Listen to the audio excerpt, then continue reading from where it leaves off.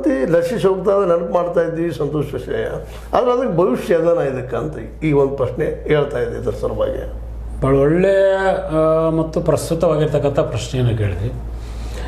Cinema ರಂಗಗಳಲ್ಲಿ ಮತ್ತು ರಂಗಗೀತೆಗಳಲ್ಲಿ ಏನು ಅಂತಂದರೆ, ನೀವು ಆಗಲೇ ಹೇಳಿದ್ರಿ, ಯಾವುದೇ ಒಂದು ಅತ್ಯಂತ ಪ್ರೌಢಿಮೆ ಇರ್ತಕ್ಕಂಥ ಸಂಸ್ಕೃತ ಭಾಷೆ ಮತ್ತು ನಮ್ಮ ದ್ರಾವಿಡ ಭಾಷೆ. ಹೌದು, ಇವತ್ತು ನಮ್ಮ ಸಂಸ್ಕೃತ ಭಾಷೆ ರಿಚ್ ಮತ್ತು ಅಷ್ಟೇ ಕಷ್ಟದ್ದು, ಮತ್ತು ಪ್ರತಿಯೊಂದು ಪ್ರೊನೌನ್ಸಿಯೇಷನ್ ಕರೆಕ್ಟ್ ಆದ ತಕ್ಕಂಗೆ ಹೇಳ್ಬೇಕು ನೀವು. ಅದು ಬಿಟ್ಟು ಬೇರೆ ಹೇಳಿದ್ರೆ ಅಪಾರ್ಥ ಆಗುವಂಥ ಸಂದರ್ಭಗಳು ಹತ್ತಿರ್ತವೆ. ಅದಕ್ಕಾಗಿ ಶಬ್ದಕ್ಕೆ ಅನೇಕ ವಿದ್ವಾಂಸರು ತಮ್ಮ ವಿದ್ವತ್ತನ್ನು ತೋರಿಸೋದಕ್ಕಾಗಿ ಸಂಸ್ಕೃತ ಬಳಸುವಂಥದ್ದು ನಡ್ಕೊಂಡು ಬಂದಂಥದ್ದು. ಹೀಗಾಗಿ ಸಂಸ್ಕೃತ ನಾಟಕಗಳ ಪ್ರಭಾವ ಈ ರಂಗಭೂಮಿ ಮೇಲೆ ಭಾಳ ಇರ್ತಾವೆ. ಯಾಕೆ ರಾಜಾಶ್ರಯದಲ್ಲಿ ಬೆಳೆದು ಬರೋದು, ರಾಜನಾಗ ಅವ್ನು ತಮ್ಮ ವ್ಯಕ್ತಿತ್ವ ತೋರಿಸೋದು, ತಮ್ಮ ಬುದ್ಧಿಮತ್ತೆ ಅಂತ ತೋರಿಸೋದು ಪ್ರಖರವಾಗಿ.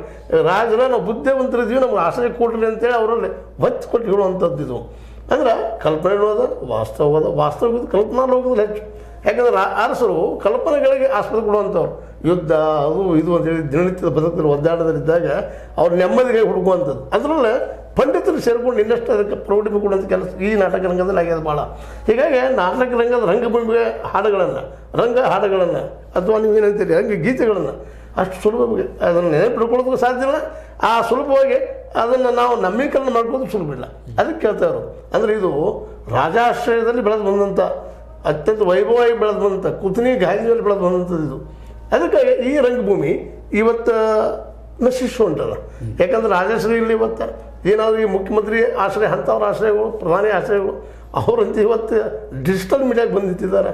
ಏನು ನೋಡಿದ್ರು ಮೊಬೈಲ್ದಲ್ಲಿ ನೋಡ್ಕೊಂಡು ಮುಗಿಸ್ಬಿಡುವಂಥ ಪರಿಸ್ಥಿತಿ ಬಂದಾಗ ಇದು ರಂಗಭೂಮಿ ಈಗ ಸಂಭ್ರಮ ಮಾಡುವಂಥ ಸಂದರ್ಭದಲ್ಲಿ ಮಾಡಿದ್ದಾರೆ. ಒಳ್ಳೆಯ ಸಾಹಸದ ಇಲ್ಲ ಅಂತಲ್ಲ, ಆದರೆ ಇವತ್ತು ಅದು ಉಳಿತದ ಅಂದ್ರೆ ನಿಮ್ಗೆ ಅನಿಸ್ತದೇನಂತ. ಸರಿ, ಒಳ್ಳೆ ಪ್ರಶ್ನೆ ಕೇಳಿದ್ರಿ. ನೀವು ಕೇಳಿದ್ರೆ ರಾಜಾಶ್ರಯಲ್ಲಿ ಬೆಳೆದದ್ದು. ಈಗ ನಾವು ಉದಾಹರಣೆ ಮತ್ತು ಸಾಹಿತ್ಯ ರಂಗದೊಳಗೆ ಪಂಪನ್ನು ತೊಗೊಂಡು, ಪನ್ನ, ಜನ್ನ, ರನ್ನ ಇವರೆಲ್ಲ ತೊಗೊಂಡು ಸಹಿತ ಇವೆಲ್ಲ ರಾಜಾಶ್ರಯದಲ್ಲೇ ಬೆಳೆದಿದ್ದಾರೆ. ಮತ್ತು ಅದ್ಭುತವಾಗಿರ್ತಕ್ಕಂಥ ಕಾವ್ಯಗಳನ್ನು ಸಾಹಿತ್ಯ ಕೊಟ್ಟರು. ಆದರೆ ಈಗ ಯಾಕೆ ಆ ಸಾಹಿತಿಗಳು ಇಲ್ಲ? ಆ ಸಾಹಿತಿಗಳು ಯಾಕಿಲ್ಲ, ಆ ಸಾಹಿತ್ಯ ಯಾಕಿಲ್ಲ ಅಂದ್ರೆ ವಾತಾವರಣ ಇಲ್ಲ ಇವತ್ತು. ಅಂದ್ರೆ ಇದಕ್ಕೆ ವಾತಾವರಣ ಮೀನ್ಸ್ ಅಂದರೆ ಸಾಹಿತ್ಯ ಆದರೂ ಸಹಿತ ಸಮಯಕ್ಕೆ ತಕ್ಕದನ್ನು ರೂಪಗಳನ್ನ ಬದಲಾಯಿಸ್ಕೊಳ್ತಾ ಹೋಗ್ತಾ ಇರ್ತದೆ. ಯಾವುದೇ ಒಬ್ಬ ಸಾಹಿತ್ಯದ ರಾಜಾಶ್ರಯದಾಗ ಇದ್ರೂ ಕೂಡ ಭಾಳಷ್ಟು ಅಧ್ಯಯನ ಮಾಡ್ಬೇಕಾಗ್ತದೆ, ಅನಿವಾರ್ಯಷ್ಟು ಕಥೆಗಳನ್ನು ಜೋಡಿಸಿ ಬರಿಬೇಕಾಯ್ತು. ಈಗ ರಾಜನ ಹೊಗಳಬೇಕಂದ್ರೆ ಹಂಗೆ ಆಗಂಗಿಲ್ಲ. ಅದಕ್ಕೆ ಅವ್ರಿಗೆ ತಕ್ಕಂಥ ಈಗ ಅರಿಕೆ ಸರಿಗೆ ಮತ್ತು ಅರ್ಜುನ್ ಹೋಲಿಸಿ ಬರಿಬೇಕಂದ್ರೆ ಅದು ಅಷ್ಟು ಪ್ರೌಢಿಮೆನೇ ಬೇಕಾಗ್ತದೆ. ಈಗೆಲ್ಲ ಏನಾಗಿಬಿಟ್ಟೈತೆ ಅಂತಂದ್ರೆ ಈಗ ಭಾಳಷ್ಟು ಕಷ್ಟ ತೊಗೊಳ್ಳೋಂಥ ಪ್ರಸಂಗ ಇಲ್ಲ. ಚುಟುಕುಗಳಿಗೆ ಬಂದ ಒಂದ ಲೈನ್ಗೆ ಬಂದ್ಬಿಡ್ತಾರೆ. ಈಗ